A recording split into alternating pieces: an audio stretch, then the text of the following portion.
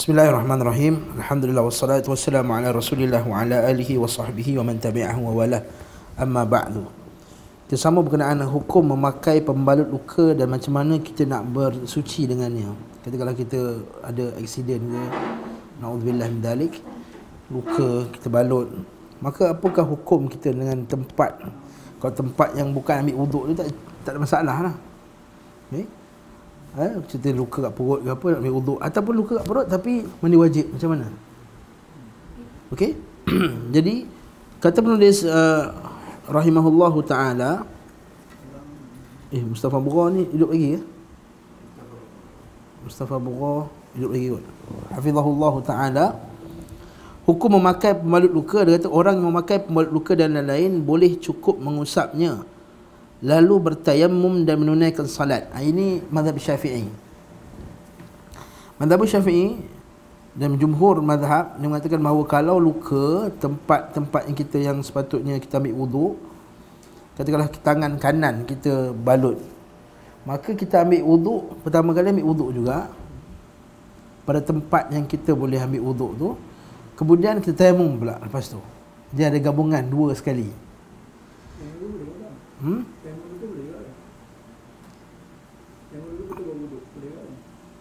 Biasanya patutnya dia kata sepatutnya wuduk dululah baru tayammum. Tak tunggu dia kering lah. Tapi kita tak ada masalah. Nak tayammum dulu ke nak wuduk dulu ke. Tapi kalau kita baca hadis yang ni, tawaddu'a wa masaha 'alal asaib. Dia ada dalil dia. Daripada mazhab Syafi'i dapat benda ni daripada qaul Ibnu Umar. Bukan daripada main tak ada dalil. Sebab tu saya cukup tak minat orang yang kata mazhab Syafi'i tak ada dalil. Ini dalil mazhab Syafi'i yang paling kuat sekali dalam masalah ni. Kata qaul Ibnu Umar, kata Ibnu Umar, man kana lahu jurh ma'subun alaih, luka yang dibalut ke atasnya, tawadda'a, berwuduklah dia, wa masaha, dan masaha alal asaib, dan hendaklah dia sapu di atas asaib. Asaib tadi balutan tadi lah. Wa yaghsil ma haula al-asaib, dan basuhlah ma haula al-asaib, maksudnya dia bersihkanlah mana keliling tu, dia basuh juga tangan kat mana yang ada balut, yang mana boleh kena air basuh. Yang tak kena air pun dia kata ada barang tu. Tadi lagi cerita ni. Itu masaha alal asaib. Sapu yang baki tu kita basuh. Jadi dua-dua kita buat. Tayammum, wuduk, yes, wuduk, tayammum, wa masaha alal asaib. Mazhab Syafi'i ni kena buat tiga sekali. Bertayammum. Sebab apa? Sebab dia kata tak boleh nak, kalau dia sakit kan, dalam Quran kata dalam surah Al-Maidah tu, dan sekiranya kamu marda atau ala safarin fatayammamu sa'idan tayyiba. Kalau kamu sakit marda, sakit yang tak boleh kena air, fatayammamu, maka kamu bertayammumlah.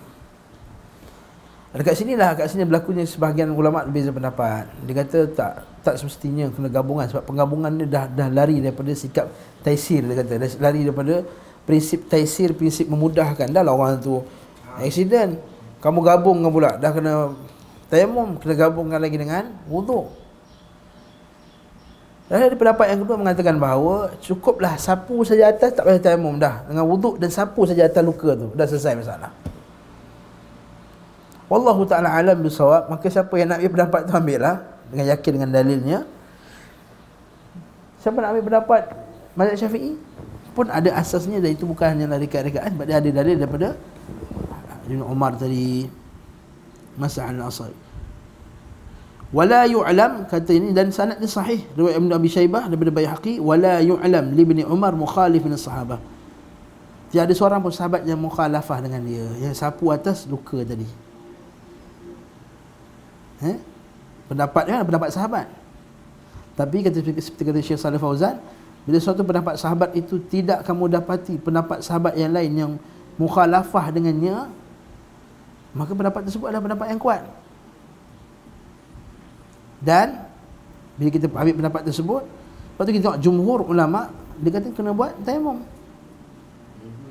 Berbeza dengan Ibn Hazm. Ibn Hazm dia dhaifkan langsung hadis tersebut. Ia ada satu hadis Nabi SAW. Nabi kata, innama yakfihi an ya'saba ala jurhihi hirqatan thumma yamsah 'alayha. Jadi cukuplah kamu letak kain, kemudian kamu sapu atas kain tersebut. Tapi hadis ini dhaif. Akhraj Abu Daud dan Irwa Syekh Al-Albani rahimahullah mendhaifkan hadis tersebut. Kita baca lagi buku ni. Abu Daud dan lain-lain mengatakan daripada Jabir radhiyallahu anhu, dia berkata, kami melakukan perjalanan, tiba-tiba salah seorang di antara kami tertimpa batu dan melukai kepalanya. Pada malam harinya orang tersebut mimpi dan mewajibkan mandi besar. Tengah luka-luka boleh mimpi lagi, wallahu alam, ya. Maka ia bertanya kepada para sahabatnya, apakah menurut kalian aku mempunyai rukhsah untuk bertayamum? Mereka menjawab, kami tidak menemukan rukhsah bagimu untuk bertayamum selama engkau sanggup menggunakan air. Ini keluar fatwa pandai-pandai. Ni kata bahaya orang mufti-mufti segera. Itu kita bahaya. Kami tidak menemukan rukhsah bagimu untuk bertayamum selama engkau sanggup menggunakan air. Maka orang tersebut mandilah dan mati. Ketika kami sampai menemui Rasulullah, kami beritahunya, baginda menjawab, sungguhnya kamu telah qatalahumullah. Alam yakun syifa'ul 'ai illa su'al. Nabi kata kan, ala tas'alu. Nabi kata, ala tas'alu. Apa kamu tak tanya, tak boleh tanya ke? Sesungguhnya syifa'ul 'ai, sesungguhnya ubat bagi kebodohan itu adalah as-su'al. Maka sungguhlah ubat daripada kebimbangan, ain itu sebenarnya kebodohan, ya. Ubat daripada kebodohan, kejahilan itu adalah bertanya, dan semuanya cukuplah baginya bertayamum, membalut lukanya dan mengusapnya. Nampak tak ada gabungan tiga-tiga sekali? Bertayamum, membalutnya dan mengusapnya. Maksudnya mengusap atas apa ni? Atas balutan. Bila balut usap tu maksudnya usap dengan air lah atas balutan tu. Okay. Tak nak usap-usap macam tu je. Okay. Dilanjutkan mandi membasahi seluruh tubuhnya lain. Nampak? Dilanjutkan mandi dan membasahi. Maksud gabungan tak? Mandi pun kena, tayamum pun kena, usap pun kena. Macam tu juga kita mazhab Syafi'i ambil pendapat tersebut. Mandi, wuduk pun kena, usap pun pakai. Dua-dua sekali. Tayamum pun kena buat juga. Jadi hujah kuat sebenarnya dalam mazhab Syafi'i dalam masalah ni. Nanti kalau orang tanya masalah ni, saya akan berdalil dengan berdalil Syafi'i, mazhab Syafi'i. Dalam masalah ni, hujah dan sangat kuat. Satu kali tayamum hanya cukup untuk satu kali solat fardu. Adapun solat sunnah, ini juga ada berlaku khilaf di kalangan para ulama. Adakah satu tayamum boleh buat banyak-banyak kali solat tak? Mazhab Syafi'i kata satu tayamum satu solat saja. Imam Ibn Taymiyah rahimahullah ta'ala tak, selagi mana tak ada perkara yang membatalkan tayamum itu dengan batalnya wuduk. Sebab perkara membatalkan tayamum macam batalkan wuduk juga kan, maka bolehlah buat walaupun satu hari sekalipun. Wallahu ta'ala a'lam bissawab. Dalam ni Ibn Taymiyah, saya boleh pendapat Ibn Taymiyah rahimahullah, sebab itu lebih kuat dengan dalil, sebab tak ada dalil pun yang menetapkan waktu. Lepas kalau kita buka dalam kitab ni, kitab Sahih Fiqh Sunnah, dia kata la yashtarit wad'ul jabirah 'ala taharah wala tawqit. Dalam sebahagian kitab Syafi'i mutaakhir, kalau Syafi'i yang mutaakhir kata apa? Syarat nak boleh ambil sapu atas luka tu mesti sebelum dia luka tu, sebelum balut tu dah ambil wuduk. Tapi saya kata ini syarat yang paling keras dan agak tak praktikal. Sebab apa? Mana boleh orang tengah aksiden lepas tu ambil wuduk dulu sebelum balut? Saya sebut wuduk yang tak asal, tapi kita kata kalau dah luka, dah mengalir-ngalir, dah apa semua, dah mesti kentut, mesti buang air, dah tidur, pengsan apa semua. Macam mana nak sentiasa berwuduk masalah tu? Jadi kebanyakan orang kat hospital tu semua tak boleh lah, sebab tidur, sentuh lelaki perempuan. Nama Syafi'i satu lelaki perempuan batal lah, kita bincang masalah ni. Jadi saya kurang setuju dengan pendapat tersebut, dan bukan satu ulama yang macam ni, semua hampir majoriti ulama tak bersetuju dengan syarat kena ambil wuduk dulu sebelum balutan, sebab dia kiaskan dengan masalah pakai stokin, pakai khuf. Kan khuf kan syarat nak sapu kena ada wuduk dulu. Kan kita bincang sebelum ni, pakai wuduk, pakai khuf, pakai kasut khuf baru boleh kita sapu atas. Tapi barakallahu fikum, wallahu ta'ala alam. Bagi saya ini adalah satu agak macam menyusahkan juga. La yashtarit, kata Syekh ni, la yashtarit an tuda'ul jabiratu 'ala taharatin lian hadha yunafi maqsad asy-syar'i fi ibahat al-mas'i min raf'il haraji wal masyaqqah. Kata dia, Tidak disyaratkan meletakkan, maksudnya kita sebelum pakai tu kita berwuduk, lianna hadza, kerana perkara ini yunafi, menafikan maqasid syara', maqasid syariah. Ini sekarang sebut maqasid syariah kan. Maksud syarak iaitu fi ibahatil mashi min raf'il haraj, iaitu dalam mengharuskan sapu untuk mengangkat kesusahan dan juga kepayahan, al-haraj wal masyaqqah. Mesti baru boleh pakai maqasid syariah. Bila tak ada nas yang jelas baru boleh pakai maqasid syariah. Ada orang nak pakai maqasid syariah pada perkara itu ada nas yang jelas. Itu perkara yang tak, contohnya keadilan. Islam ni adalah agama keadilan. Jadi lelaki perempuan Islam boleh kahwin dengan lelaki kafir, proses keadilan. Itu tak kena. Sebab dia bertentangan dengan nas. Perempuan Islam tak boleh kahwin dengan lelaki kafir. Wa tunkihul musyrikati hatta tu'minu hatta yu'min. Wal amatun mu'minatun khairun min musyrikatin wa khairun min musyrikin walau a'jabatkum. Tak, Al-Baqarah. Ya, jadi jangan. Kedua, li'anna hal jabira, li'anna hal al-jabirati ittirar. Kerana orang pakai pembalut luka ni ittirar, waktu mudarat. Dan ya'ti mufaja'ah, datang tiba-tiba. Bikhilaf, berbeza dengan mas'al al-khuffain, beza dengan kita pakai kasut dan stokin tadi. Thumma li'adamin nas.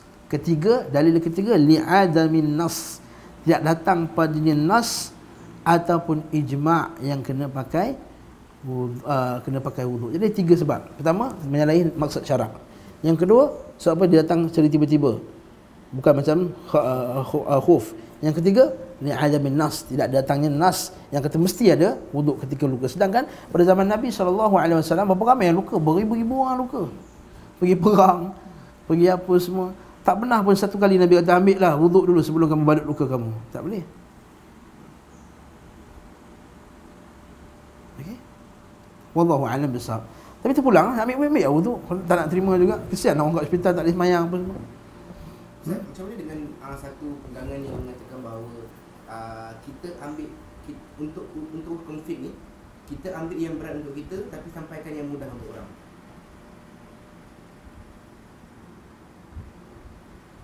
Contohnya ada setengah ulama yang mengatakan bahawa niqab itu sunnah muakkad, kira macam tak wajib. Dia pilih dulu niqab. Maksudnya dia ambil hukum fit yang ringan. Sebab tadi maksud saya macam ikut nak pilih mana satu yang ringan atau yang berat kan. Kita bukan pilih ni, kita tak ada shopping fatwa, no shopping fatwa. Maksudnya tatabbu' rukhas. Tatabbu' rukhas satu, yang kedua shopping fatwa. Tatabbu' rukhas kita ambil rukhsah je semua. Itu satu masalah. Yang kedua kita ambil zallatul ulama, tak boleh. Man tatabba'a zallatul ulama faqad tazandaq. Wa zindiq. Kata Imam Zahabi rahimahullah, siapa tatabbu' zallatul ulama, dia ambil pendapat yang tergelincir oleh setiap ulama. Ada ulama yang kata tak payah pakai tudung, kita ambil pendapat dia lah. Ada ulama kata boleh belanjing dalam rumah, ambil pendapat tu lah. Ada ulama kata boleh lelaki, semua nak ambil yang zallat, yang zallat maksudnya yang tergelincir, fatwa yang tergelincir atau fatwa yang syadz, maka dia akan takut jadi zindiq nanti. Satu. Yang ketiga, maksud kita boleh ambil yang keras, iaitu kalau kita nak ambil yang pendapat yang paling kuat dalam masalah tersebut, yang paling keras, yang mungkin khilaf mazhab kita, tak ada masalah. Contohnya macam kita kata masalah niqab. Masalah niqab kita tahu jumhur ulama memandangnya adalah sunat, afdal. Jadi kalau dia ambil yang afdal lah, tapi tak wajib. Bukan maksudnya kita ambil yang keras pada kita bagi orang lain, tak. Kita bagi tahu orang mana yang bertepatan dengan Quran dan Sunnah, itu je. Yang wajib lah. Yang mana Quran dan Sunnah bagi tahu, itu yang bagi tahu. Kita bukan bagi tahu orang apa yang kuat, apa yang lemah, bukan. Kita bagi tahu orang apa yang berdasar Quran dan Sunnah Nabi SAW. Itu hal itu kata Syekh Shalih Fauzan. Dia kata kita ni ajar orang apa yang mendekatkan orang pada Quran dan Sunnah, itu je. Dan kita meyakini bahawa Imam Syafi'i rahimahullah taharra, dia menjaga-jaga untuk mengikuti sunnah Nabi SAW. Jadi kita dalam disiplin mengajar fiqah ni, kita kena jaga juga mazhab awam masyarakat kat tempat tu, supaya awal-awal dia faham dulu kenapa mazhab dia kata macam tu, sebelum nak lompat mazhab lain. Jadi macam tadi saya sebut Syafi'i kata macam ni, dah faham, kemudian kita ambil pendapat ulama mazhab lain, dan kita bincang. Itu cara adab bila kita bincang masalah fiqh. Jangan terus lompat kata ni, kemudian declare itu tak sunnah. Ini saya tak setuju betul pendapat ni. Dia declare kata, oh tak perlu ambil wuduk. Kemudian kata, siapa kata tak sunnah, sesat. Itu tak boleh lah. Ataupun tak perlu tayamum lagi dah. Dah ambil wuduk, siapa jatuh luka, tak perlu tayamum lagi. Siapa yang suruh tayamum, maka tak sunnah. Mana boleh kata macam tu, Syekh? Itu kena dalil dalam Quran Sunnah. Itu dalam masalah fiqh tak boleh kita sikap macam ni. Keras tak bertempat.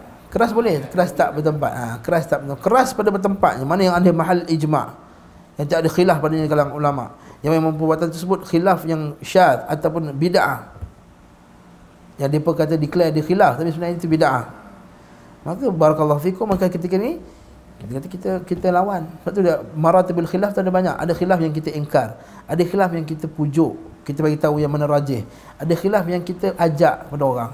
Macam masalah niqab ni bagi saya ialah masalah yang kita ajak orang. Masalah niqab ialah masalah yang kita ajak.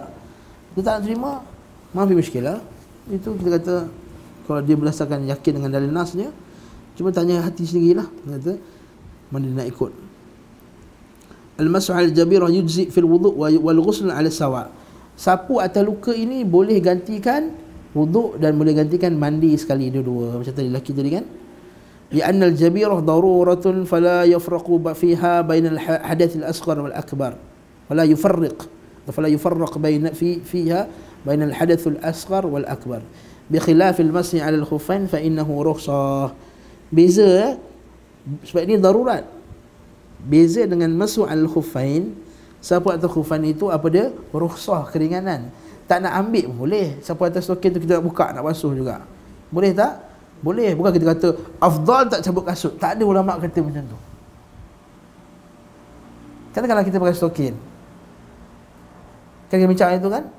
Adakah sapu atas kasut dan stokin itu rukhsah ke ataupun dia sunnah yang kena, kalau pakai stokin tak boleh buka, patutnya sapu atas? Ulama kata dia rukhsah, keringanan. Beza keringanan dengan sunnah yang Nabi tak tinggalkan. Dia rukhsah. Ada pun masa jemurah ni darurat, dia kena buat. Dia bukan kata saya tak nak buat lah, saya nak mandi juga. Itu tak berlaku. Mana boleh tak mandi basah habis luka dia semua, akan menyebabkan luka dia lambat baik. Dan sakit luka yang dimaksudkan itu adalah kalau terkena air menambahkan kesakitan atau melambatkan penyembuhan. Yang disebut dulu kan. Kalau dua-dua tu tak ada, buka lah, kemudian basuh, keringkan, balut balik. Okay? Macam kita kata tengok orang pasang tangan, kalau kita suruh dia buka, dia nak buka pasang dah simen. Okay? Orang luka, mandi, buka balik, melambatkan penyembuhan dia. Apa yang boleh menambahkan kesakitan, melambatkan penyembuhan, maka itu boleh kita sapu atas luka tersebut. Setakat kena paper cut, lepas tu tak payahlah, basuh je lah. Paper cut kan, barakallahu fikum. Jadi tak perlu kita sapu atasnya. Soalan tanya ustaz lain lah, panjang-panjang. Ada soalan? Ada? Seterusnya, benda-benda najis pula. Kalau dalam buku Ensiklopedia Sunnah tu nanti kita akan tengok ada benda yang tak najis, apa benda yang najis. Apakah itu najis? Pertama sekali, najis itu ada setiap yang keluar dari kubul dan dubur adalah najis kecuali air mani. Tak kisah yang keluar tu batu ke, emas ke, belian ke. Apa saja yang keluar dia adalah najis.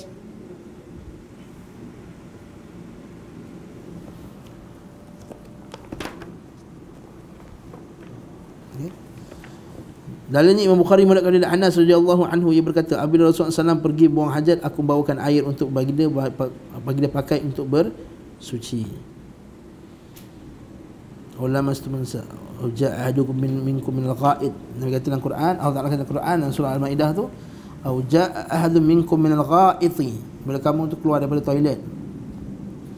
Au lamastumun nisa, atau kamu lamastumun nisa, atau kamu bersama dengan wanita. Bukhari dan Muslim meriwayatkan daripada Ali radhiyallahu anhu, dia berkata, saya adalah lelaki yang sering mengeluarkan air mani. Kuntu rajulun madza'an. Dia kata, aku lelaki yang selalu keluar air mani. Bukan keluar air mani, bukan maksudnya selalu keluarkan. Salah ni terjemahan ni. Madhi ni. Saya lelaki yang sering mengeluarkan air madhi. Betul kan? Masya Allah, ini khata' fahish. Betul kan buku ni? Ini khata' fahish, ini kesalahan yang sangat fatal.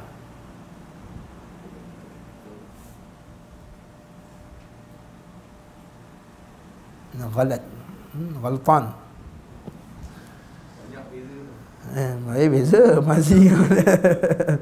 Kuntu rajulun madzaan, kan hadis kan? Aku ni lelaki yang senang keluar air madi. Dia senang aroused.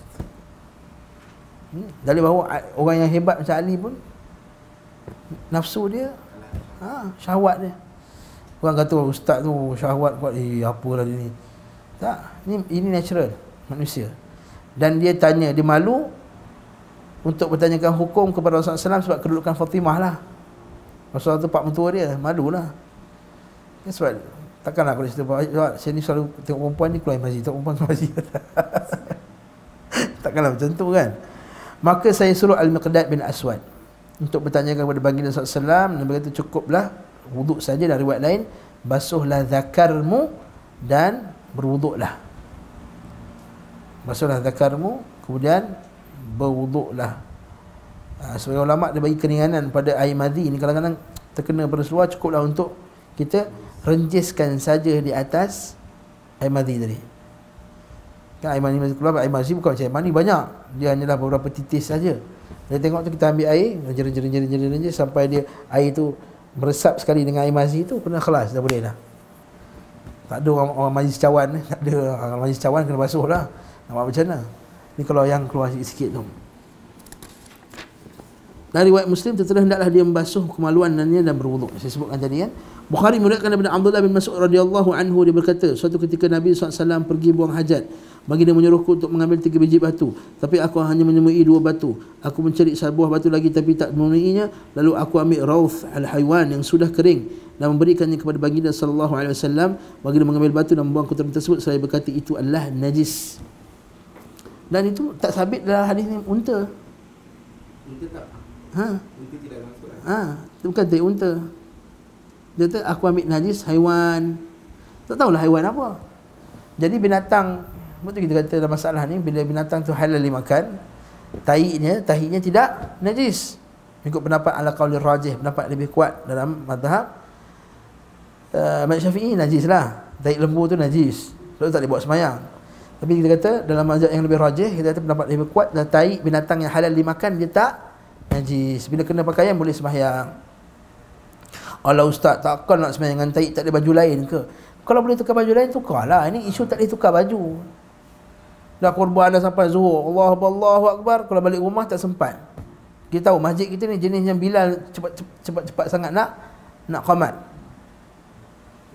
Betul, sekarang tempat macam masjid saya 5 minit je, ngam-ngam je 2 rakaat tu, salamnya assalamualaikum warahmatullahi, memang qamatnya. Qutubi laju. Laju. Tak tahu lah sebab ada prostate ke, imam ada sikit prostate cancer ke apa, prostate dia mengembang ke, tak tahan kencing, lalu dia nak cepat. Jadi kalau macam tu nak balik tak sempat, jadi salat lah walaupun dengan tanda. Cuma al-khuruj anil khilaf tu lagi baguslah untuk mengelakkan pergaduhan. Khuruj daripada khilaf, keluar daripada khilaf lagi baguslah. Kalau kita tengok kampung tu memang ketegak, orang tua dia tak boleh terima, bawalah kain, tukarlah kain. Ustaz, tentang najis binatang yang halal dimakan, mana dia najis ayam, kambing semua tu? Tak najis lah, maknanya boleh dijual lah. Ya, boleh jual. Ada yang kata tak boleh jual. Sah. Yes, sah. Sebab dia tak najis boleh jual lah. Sebab dia tak najis boleh dijual. Amal kita selama ni memang tak boleh jual. Najis ayam. Siapa yang ambil pendapat dia najis tak boleh jual lah. Kan dalam masalah fiqh benda yang haram digunakan, haram dia ambil manfaat daripadanya. Kan? Haram kan, haram ambil manfaat juga. Lembu tak boleh jual lah. Kucing pun tak boleh jual dalam hadis Nabi sallallahu alaihi wasallam. Okey. Tapi kita patah balik masalah ni, maka tak najis masalah tu. Sebab tu Nabi, tapi kenapa Nabi buang ni kalau tak najis? Ini najis. Itu bukan tai binatang yang halal dimakan. Ada satu riwayat dia mengatakan bahawa makan najis binatang yang halal itu ialah makanan kepada Yes, sebelah jin. Jin Islam akan makan najis binatang yang halal dimakan. Jin kafir akan makan najis yang tak halal. Jin akan makan tulang binatang yang disembelih dengan cara yang halal. Jin Islam. Jin kafir akan makan semua belasang. Macam kita juga manusia. So kira macam kita tidak beristinja dengan Istijmar. Itu sebab ihtiram lah. Yes, betul. Betul. Nabi SAW itu adalah sebenarnya itu zada ikhwanikum. Dia kata fa innahu zada ikhwanikum. Zadu ikhwanikum. So itu adalah zad. Zad tu apa? Bekal makanan ni. Kan jin tu datang belajarkan Nabi SAW dalam surah Ahqaf, dan surah jin. Bila dah mengaji semua, maka dia kata, ya Rasulullah, doakan kepada Allah SWT agar jadikan kami bekalan makanan. Lalu Nabi doakan, Allah Ta'ala telah jadikan pada tai binatang tu, binatang tunggangan, bukan binatang jin tu, tunggangan jin. Jin pun ada binatang tunggangan dia juga. Jin pun ada binatang tunggangan dia di kalangan jin juga. Tunggangan jin itu dia makan tai, dia binatang yang halal dimakan. Tulang itu makanan jin tu sendiri. Faham tak? Itu dalam boleh rujuk kitab Alamul Jin wa Syaitin Dr. Al-Ashqar juga. Alamul Jin wa Syaitin Al-Ashqar. Al-Ashqar dia kumpulkan satu set 8 jilid, 8 siri daripada Allah sama akhirat. Ada timah ke? Nanti kita buat kelas kat Yayasan Taklim Selasa malam. Sekarang tapi bertemu dengan kelas Ustaz Razami lah. Sekarang kita dah Selasa. Kita dah sampai alam apa ni, akhirat. Kiamat kecil. Dr. Ashqar hatta dipuji oleh Menteri Saudi, Menteri Agama atau Salih Ali Syekh, kata min anfasil kutub. Dia kata min anfasil kutub terbaik dalam bincangkan masalah malaikat dan jin, dan dia taharras sawab, menjaga yang betul, adalah dalam kitab Dr. Ashqar. Siri Akidah Dr. Umar Sulaiman Ashqar, Imam Syafi'i. Yes, terjemahan bagus. Dr. Umar Sulaiman Al-Ashqar. Bagus buku tu. Sebab satu dia moden, cara uslub itu uslub moden. Dia susunnya cantik. Macam kita baca Imam Qurtubi, buku dia At-Tadhkirah fi Ahwal Mauta wal Umur Akhirah. Sedap juga baca, tapi uslub lama panjang, berjela-jela. Yang ni dia potong. Jin, apakah makna jin? Jin asal daripada mana? Keturunan jin, makanan jin, tunggangan jin. Jin dan manusia, jin dan malaikat. Adakah jin ini dulu asalnya malaikat? Adakah jin ini adakah jin boleh beri kesan kepada manusia? Sihir dan jin, isti'anah bil jin. Jin Islam boleh tak? Dengan kita pernah buat daurah buku ni di Tawau dulu. Masya-Allah, manfaat, sangat manfaat buku ni. Bagus. Okey, dah lagi tajuk dah tu. Jauh sangat dah tu. Hadis-hadis ini menerangkan keharaman setiap perkara yang tadi disebutkan, kerana Rasulullah SAW membasuhnya atau menyuruh untuk membersihkannya, atau terang-terangan menyebutnya sebagai najis. Jadi ini cara istidlal lah. Cara istidlal pertama, Nabi kata haram. Yang kedua, Nabi tak nak bersihkan dia, tak nak gunakan dia. Dan ketika Nabi terang-terang mengatakan dia najis. Jadi setiap sesuatu yang keluar daripada kubur dan dubur dikiaskan dengan hukum benda yang tadi diuraikan. Hatta dalam kitab Kifayatul Akhyar yang uraikan kitab ni, dia kata kalau benda tu kita masukkan dalam punggung kita, lepas tu kita keluarkan balik, najis. Jadi kopi luwak tu bagi saya najis kot. Wallahu a'lam, tak tahu.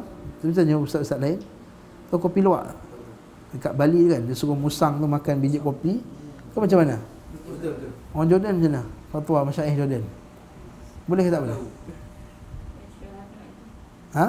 Tak ada idea. Kopi luwak tu dia bagi musang tu biji kopi. Dia makan tu, musang tu berak.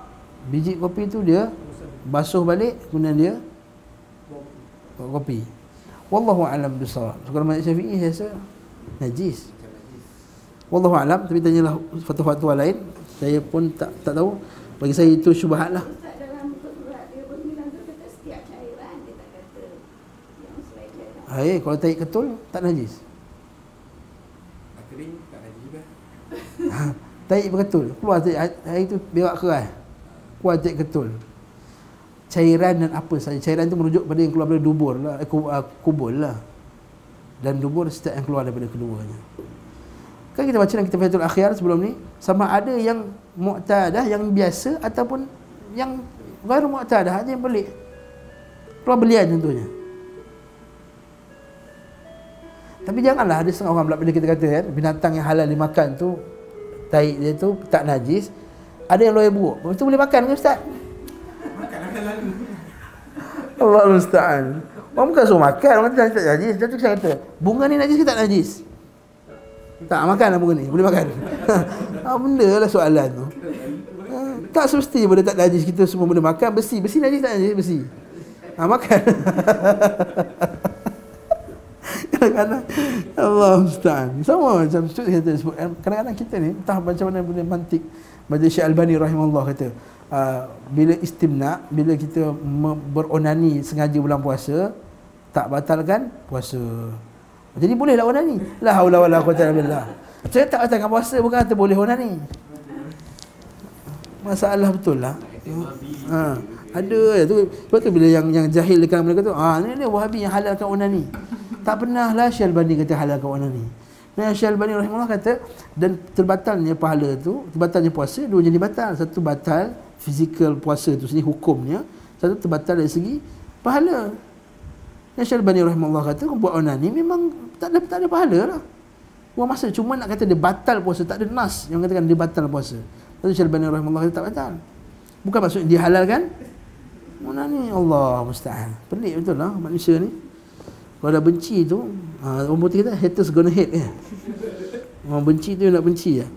Semua air mani yang bersumber dari manusia atau haiwan yang halal dimakan adalah suci. Dia terputus tu. Semua air mani yang bersumber dari haiwan manusia atau haiwan yang halal dimakan adalah suci kecuali air mani. Sama juga air mani kerbau. Dia kata suci tak? Minumlah air mani tu. Pakai dia punya kaedah juga tadi. Cuba minum. Tak ada siapa nak minum. Sebab apa? Sebab daripada air mani tu dah keluarnya anak lembu tu. Jadi kalau air mani tu najis, nanti anak lembu yang keluar tu pun najis. Sebab tu ulama keluarkan air mani tu tak najis. Kalau air mani tu najis, kita pun najis lah. Dah lahir nanti. Ustaz, susu binatang yang tak halal dimakan, adakah yang najis? Yes, susu halal tak halal makan, susu dia pun tak boleh minum. Okay? Susu yang tidak halal. Susu keldai contohnya. Susu kucing.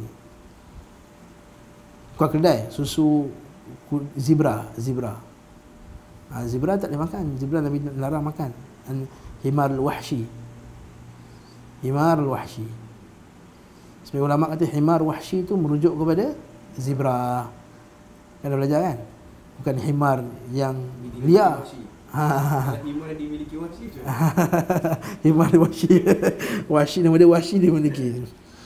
Ada pun yang menerangkan kesucian air mani manusia adalah hadis yang diriwayatkan Muslim dari dari Aisyah radhiyallahu anha. Dia berkata, aku pernah mengelap air mani yang menempel pada baju Rasulullah SAW. Kemudian baginda pergi ke masjid dan solat dengan mengenakan pakaian tersebut. Bahkan dalam hadis lain pula, aku bukan kelap, aku menggaru kikis dengan kuku-kuku. Dan aku letakkan rumput daripada izkhir.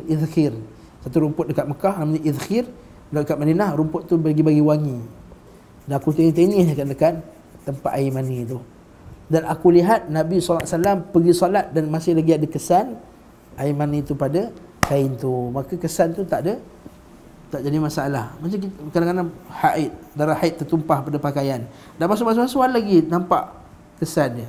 Sekali lagi kesan tu tak najis, tak ada mengapa, dimaafkan. Ya, air mani tu air hina tapi tak najis. Mimma immahin Allah Taala kata Quran. Sehingga kalau jatuh pun tak ada binatang yang akan ambil. Allah Taala kata dalam Quran, tak ada binatang pun nak pergi hirup air mani kalau tumpah jalan. Hinanya air mani tu untuk menunjuk bahawa manusia ni makhluk yang hina. Jadi jangan sombong. Itu maksud dia. Mimma immahin. Okey? Busuk, kita membasuh, kita membuang bila disebut orang kena pakaian. Jika seandainya air mani itu najis, tentu tidak akan cukup membersihkannya hanya dengan mengelap. Sebab najis kena dengan air suci. Okey dah, confirm ya. Jadi apa keluar kecuali air mani dia tak najis. Air mani tak najis.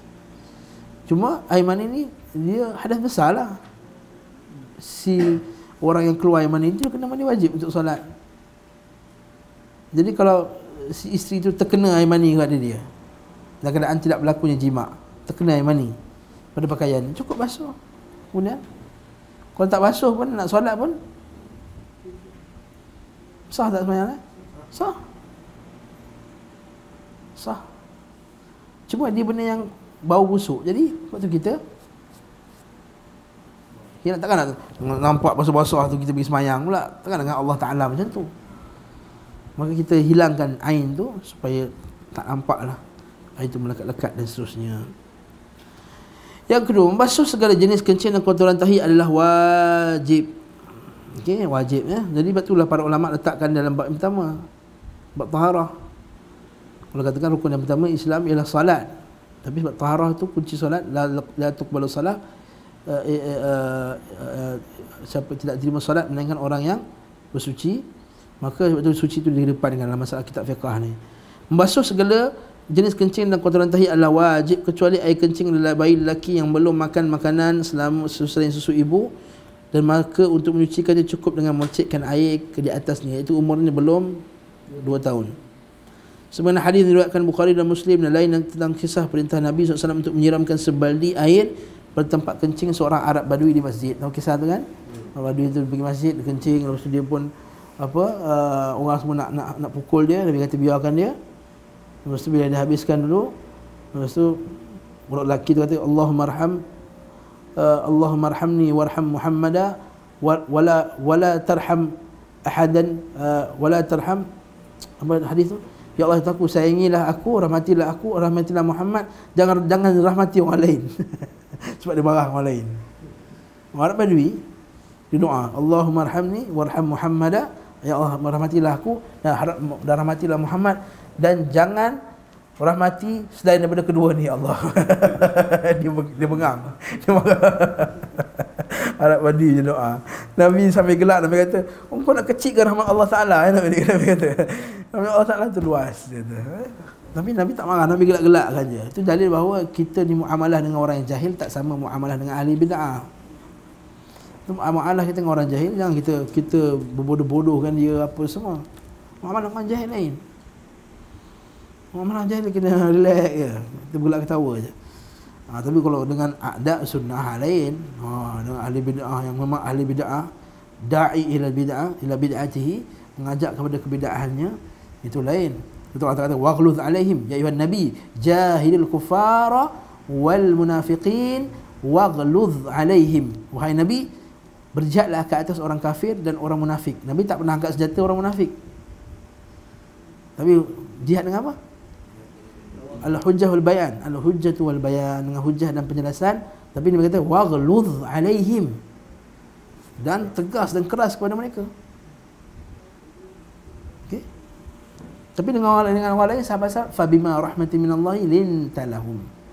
Tapi dengan Muslim itu fabima rahmatin minallah. Bima ma tu zaidah untuk mengatakan kena betul-betul kena, lintalahum kena bersifat lin. Lin apa dia? Lembut. Lintalahum. Walaupun tafadhal ghalidhal qalbi lam faddu min hawlik. Kalau kamu ni keras hati kamu, lan faddu min hawlik, dia akan lari dari kamu. Fa'fu anhum wastaghfir lahum washawirhum fil amr. Fa'fu anhum, minta maaf pada mereka, maafkanlah mereka.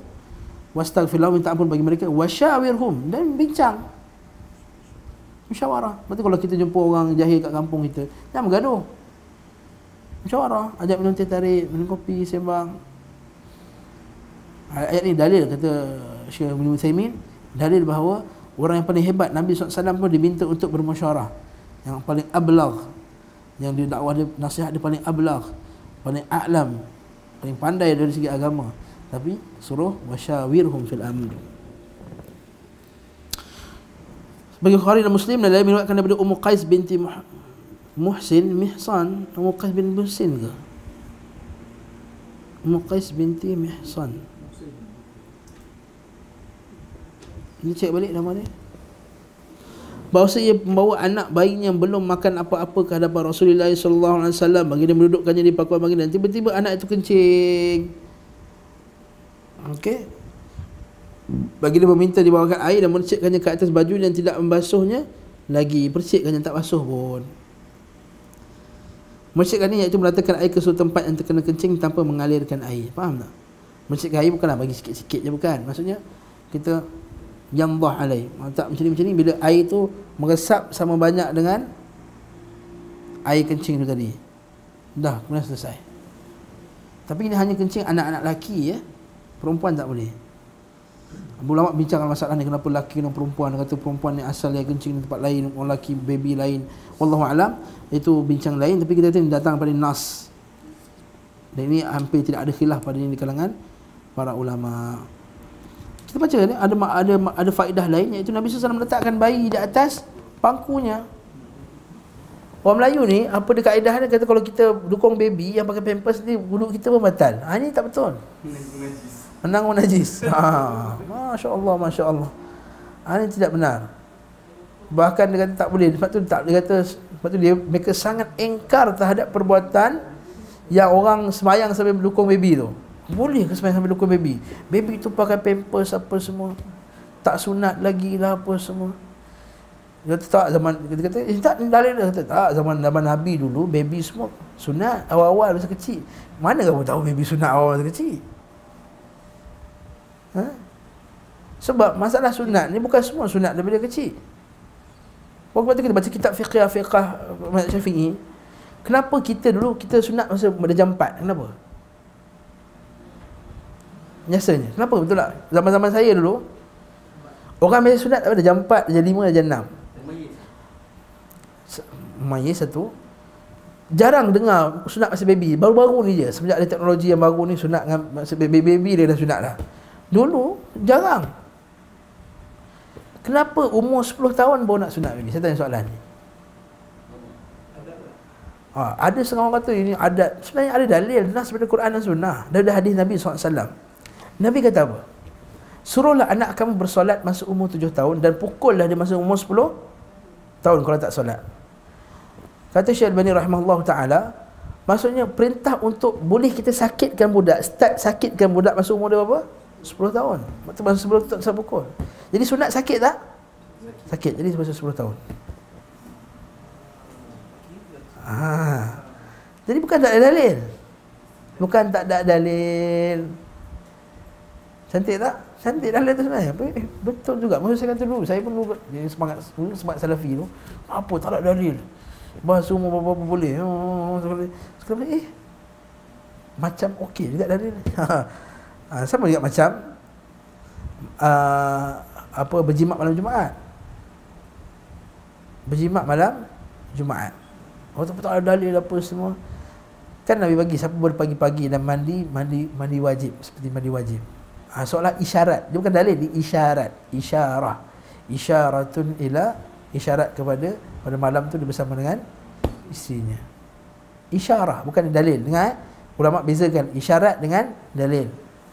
Dalil ni bila dalil tak ada yahtamil ghairah, tak ada lagi dah, tak boleh nak bagi benda lain dah. Nas. Dan Nabi kata tai tu najis. Isyarah ni macam isyarat. Macam Nabi SAW pilih Abu Bakar jadi imam lepas masa Nabi sakit. Itu isyarat kepada kekhalifahan Abu Bakar As-Siddiq. Tapi bukan dalil khalifah. Kalau dalil tak jelas. Dalil mesti Nabi kata engkau lah khalifah. Dia isyarat. Itu juga hadis tadi isyarah kepada afdalnya kita sunat budak masa umur 10 tahun. Sekali lagi lari tajuk. Poin tadi apa dia? Letak baby atas bangku tadi. Mana boleh najis apa semua. Selagi tak kencing, tak nampak ain, tak apa. Lepas tu saya kata dulu, awal lagi jangan ajar dulu kan. Jangan pakai mazhab mana tahu ustaz. Mana tahu. Ustaz ni pergi mana tahu, pergi tandas mesti wajib pakai slipper. Tak pakai slipper dia marah. Lepas ambil wuduk tak pakai slipper. Kau mau ambil wuduk tak pakai slipper, dia kata. Itu apa masalah? Mana tahu ada najis? Mana tahu tak boleh dalam Islam. Mana tahu? Mazhab mana tahu jangan pakai. Mana jawab jawab status Facebook mana. Mana tahu. Kita ambil yang jelas, yang dah jelas. Betul kita tengok orang Melayu kalau pindah rumah Cina, habis semua dia sama. Asal kau sama? Mana tahu dia makan babi, mana tahu dia belanjing, mana tahu, semua mana tahu. Ya, sah. Kita hukum zahir. Nabi SAW anjing masuk dalam masjid. Tak sama tu masjid. Kecuali kalau kata, tapi ustaz, orang tu dulu belanjing kat rumah ustaz. Yelah memang orang tu belanjing, tapi nampak tak najis anjing tu? Tak nampak. Hukum zahir lah. Ada sampai dinding pun dia sama tu. Saya pernah pergi atas rumah tu, dinding pun dia sama. Dia tahu mana tahu anjing tu lompat-lompat. La haula wala quwwata illa billahil aliyyil azim.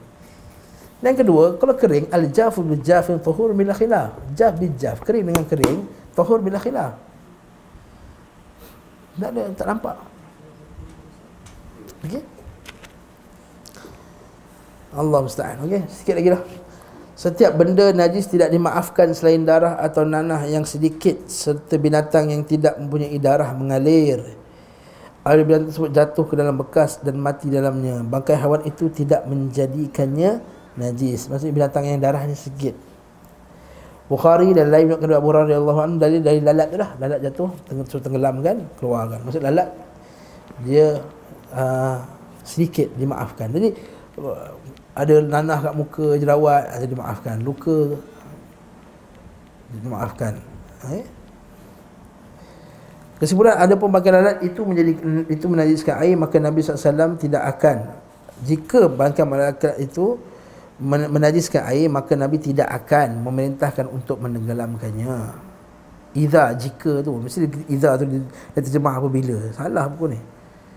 Jika makan bangkai lalat itu menajiskan air, maka Nabi SAW tidak akan memerintahkan untuk menenggelamkannya. Semua bangkai binatang seperti lalat, haiwan yang darah yang tidak mengalir memiliki hukum yang sama dengan lalat, yakni tidak menajiskan air. Semualah, semut najiskan air tak? Buanglah. Semut Nabi tak kasih makan. Kan 6 lah, 5 binatang Nabi tak kasih makan. Semut, katak, burung hudhud. Itu antara binatang yang Nabi tak kasih makan.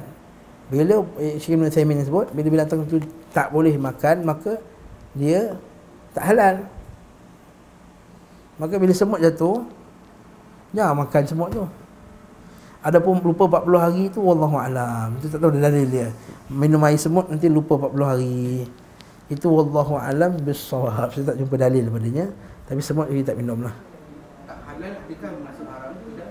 Tidak halal maksudnya tak boleh makan lah. Kalau halal dibunuh, haram dimakan. Ini kata Syekh Ibn Uthaymin. Nabi larang bunuh katak, maka katak haram dimakan. Kenapa? Katak. Dengan nas difda. Dengan misalnya qatlul difda. Buka Riyadhus Salihin, Bulughul Maram bab makanan. Kitab Al-Athimah. Nabi lah Tak ada masuk larangan lain. Wallahu a'lam. Bukan sebab dua alam. Bukan sebab dua alam. Dua alam ni isu lain. Dua alam ni al-barmaiyah. Maksud panggil al-barmaiyah. Kenapa dalam setengah mazhab kata ada binatang dua alam tak dimakan? Allah Ta'ala kata uhilla lakum saydul bahri wa uhilla lakum saydul bahri wa ta'amuhu mata'an lakum walis sayyarah wa hurrima alaikum saydul barri ma dumtum hurma. Allah Ta'ala kata dalam surah At-Taubah. At-Taubah kan Maidah, At-Taubah. Allah Ta'ala kata dihalalkan bagi kamu saydul bahri, binatang yang kamu ambil dari laut. Dihalalkan. Walis sayyar. Wa hurrima alaikum saydul barri, diharamkan kepada kamu binatang yang dibunuh di atas darat. Ma dumtum hurma, sekali kamu dalam ihram. Maksudnya laut halal, darat yang tak haram. Kalau ihram, tapi masih haram lah. Bila gabung kan, datang tu laut pun duduk, darat pun duduk. Itu datangnya dalil kenapa sebagai ulama mengatakan bahawa binatang dua alam tu tak boleh Tak boleh makan. Lepas tu Syekh Salih Fauzan dia tanya, Syekh, kalau ada kura-kura yang duduk, kalau ada ikan yang duduk darat dan duduk laut macam air, boleh makan ke tak makan? Tengok mana yang ada lebih. Kalau dia laut dia ada lebih, darat tu sekali-sekala, maka halal. Tapi kalau sama, maka tak boleh. Dia kata atas satu pendapat daripada dua pendapat, al-qaulain. Keluar dari khilaf lagi. Keluar dari khilaf lah, banyak benda boleh makan lagi. Dia jangan juga ketegak bab tu. Bila keluarnya isu, bila JAKIM keluarkan masalah ketam ketam batu, ada sebagainya keluar fatwa, masya-Allah, dalam Facebook. Tak ada nas padanya, tak ada dalil. Lepas sekali bila saya bawa keluar fatwa Syekh Salih Fauzan, semua diam. Itu sebab itulah kadang-kadang jadi fitnah kepada sunnah. Bila kita bantai benda yang tak sepatutnya, kita bantai. Kita kata hati-hati masalah fiqh, jangan kita terlajak. Ada pun nak ambil pendapat yang rajih, ambil pendapat yang rajih. Dia bukan tak ada nas langsung, bukan kata tak ada nas langsung. Bahkan fuqaha yang besar disebut setiap binatang adalah suci, yakni semua tubuh binatang dihukum suci selama masih hidup. Kucing suci. Ada satu tempat tu, ustaz ni suka cerita fiqh ni, kalau cerita baru seronok, kalau tidak ni jadi dry. Kan hadis Nabi SAW, Nabi kata, ma quti'a minal bahimah wa huwal hayy, apa yang tertutup, apa terputus daripada binatang yang hidup, maka dia adalah bangkai. Faham tak? Lembu tu hidup lagi, ekor dia terpotong, boleh tak ekor dia kita ambil buat masak makan sup? Seekor. Kenapa? Sebab binatang tu masih hidup lagi. Okey. Ini kaedah ni kita sepakat semua. Masya-Allah, tak ada pula kita terkhilaf apa, tak ada. Tiba-tiba ada tempat di masjid saya, dia kata, oleh itu tuan-tuan, bulu kucing itu najis. Sebab bulu kucing itu adalah apa yang terpisah daripada badan kucing. La haula wala quwwata illa billah. Saya kata, mana datang dalil ni macam ni? Bulu kucing najis. Bahkan Nabi kata tawafin ailio dia pun tak najis. Kan, walaupun keji, kotor, geli kan kucing minum. Kan Nabi SAW sebut tadi ada orang tu minum berdiri. Nabi kata, kamu tahu tak, kalau kucing share dengan kamu minum air kamu, jilat air, kamu nak minum tak air tu? Tak minum, dia kata. Sesungguhnya telah berkongsi dengan kamu tadi yang lebih teruk daripada kucing, iaitu syaitan. Boleh minum berdiri. Minum tangan kiri. Minum tangan kiri. Minum diri pula, sorry. Minum tangan kiri. Kan silap, minum tangan kiri. Barakallahu fikum. Okey. Begitu juga dengan hadis Nabi SAW, bila orang tanya, ya Rasulullah, kalau kucing apa semua, yang jilat-jilat apa semua, najis tak nak? Dia kata, tawafina bainakum, itu binatang yang bertawaf di keliling kamu, maka tak najis. Dan sabit, dia kata Nabi SAW menunggang kuda keldai dan bulu tercabut, kena melekat-lekat pada ni. Dan termasuk min umumil balwa, yang masa kita umum balwa, tak terlepas pada orang, bulu-bulu binatang tersebut. Macam mana pula kata bulu tu najis? Kalau satu bulu biri-biri najis lah. Dan kan makruf para sahabat dulu, hatta Nabi SAW pun pernah pakai pakaian bulu. So kita pelik, macam mana boleh datang fatwa tersebut?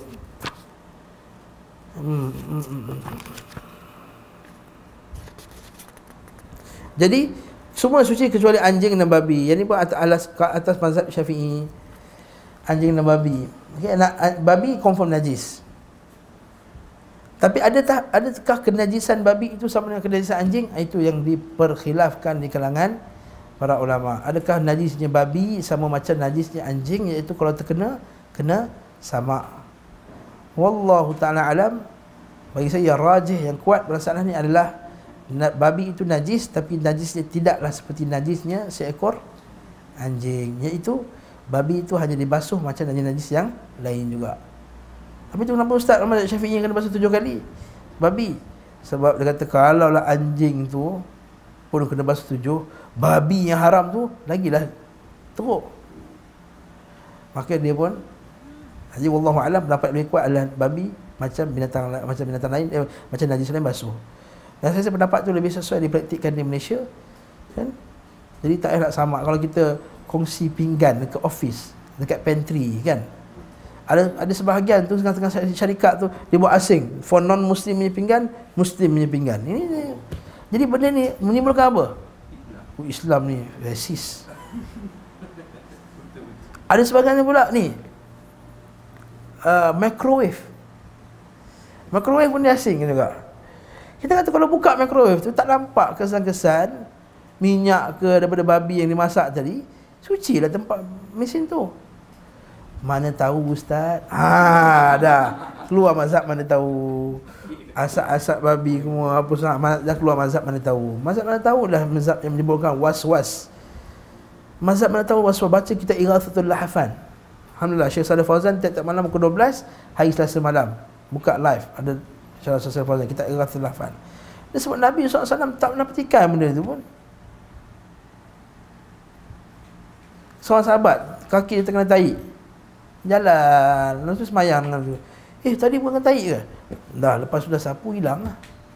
Tak ada, mana tahu ada sikit-sikit melekat kat celah-celah kulit-kulit kasut tu. Kan, kalau kasut kan, tapak kan ada bentuk-bentuk. Kan mana tahu ada.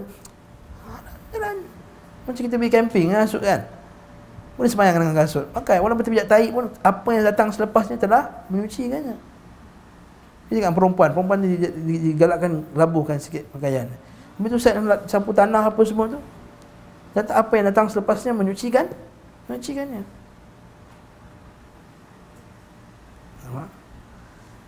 Itu kita kata jangan ni waswasah. Itu dalam kitab Ighathatul Lahfan tu dia sebut, Ibn Qayyim sebut bagaimana waswas itu adalah penipuan syaitan kepada manusia. Ni syaitan lah, syaitan tipu kita. Dan kalau kita asyqar, syaitan tu akan susahkan manusia dalam 6. Disyirikkan, tak jadi syirik, dia kekafirkan, syirikkan, tak jadi kafir, dia akan bid'ahkan, tak bid'ah, dia buat maksiat, tak buat maksiat, dia akan buat maksiat besar, maksiat kecil, tak buat maksiat kecil, dia akan palingkan kita daripada ibadah. Kalau tak malas ibadah, rosakkan ibadah, tak rosakkan ibadah, dia akan was-waskan kita dalam ibadah. Ada level syaitan punya kerja banyak.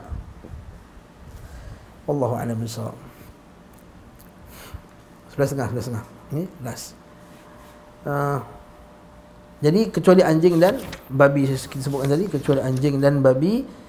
Anjing itu pun kita bincang juga masalah ni telah diperkhilafkan ulama, adakah anjing itu semua najis ataupun sebahagian saja, alio saja ataupun luaran sekali. Sebagai mazhab mengambil pendapat bahawa yang najis itu hanyalah cairan yang keluar daripada anjing, seperti mazhab Hanafi. Air liu anjing, tai anjing, kencing anjing, bau najis. Mazhab Syafi'i dan Ahmad kata semua najis, kecuali kalau kering. Kalau anjing tu kering, tangan kita pun kering, maka pegang tak apa. Mereka mazhab Maliki langsung tak pandang anjing tu najis. Habis tu ustaz yang kena basuh 7 kali itu hanyalah ta'abudi, hanya bentuk beribadah kepada Allah yang Allah Ta'ala suruh. Itu khilaf masalah ni, supaya saya cerita ni sebab bagi kita faham sikit lah.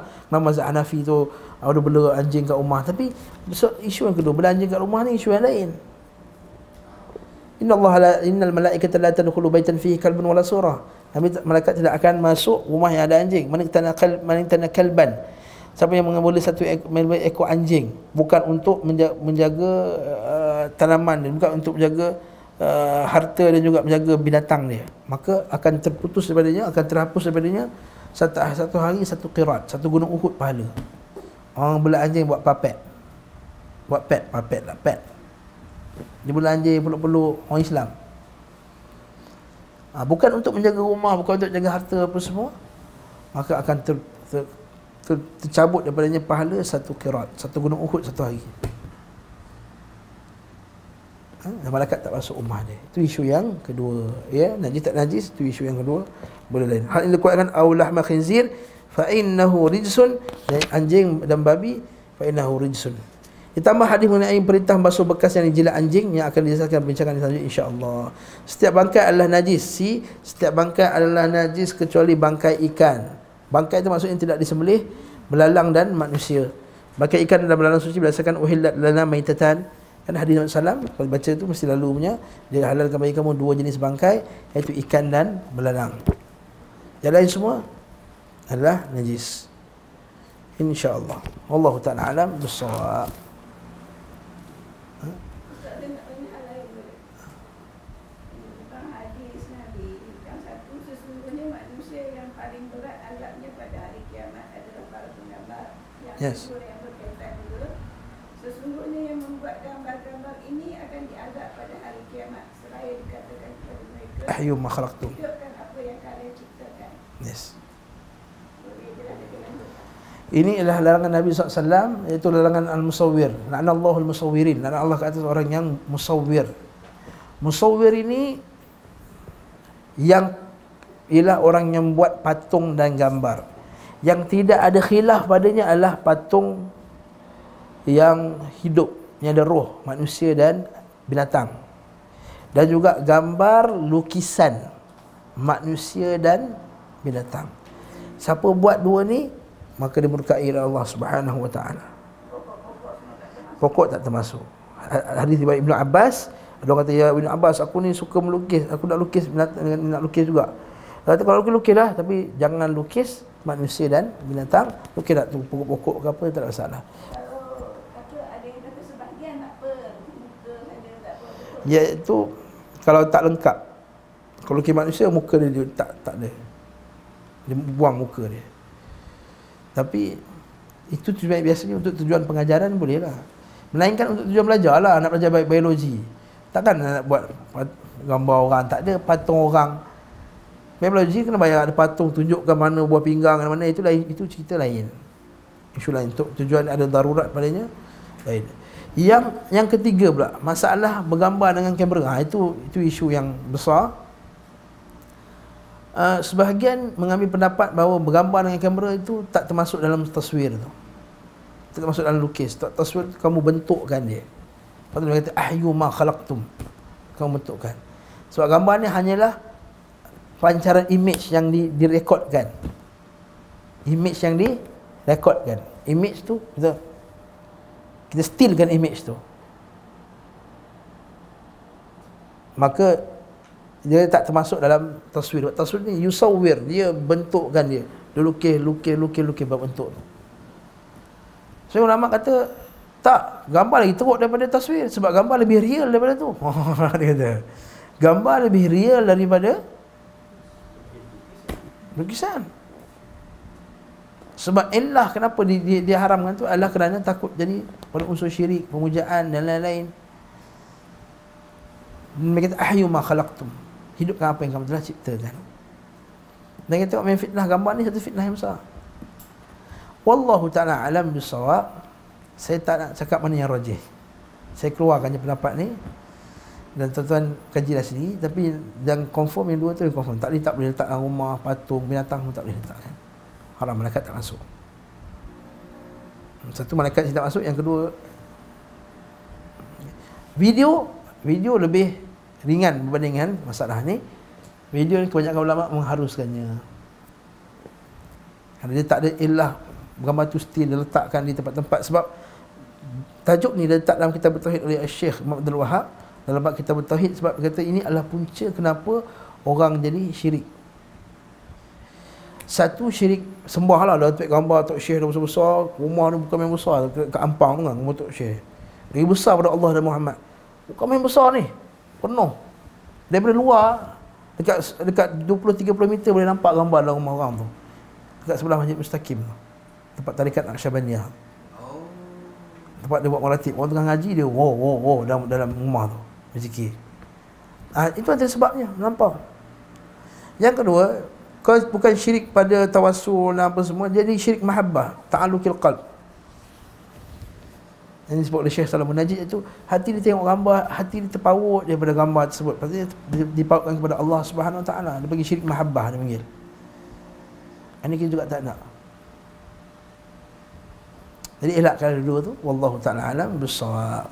Wallahu ta'ala alam bis-shawab. Sallallahu ala Muhammad wa ala alihi wa sahbihi wasallam tasliman katsira.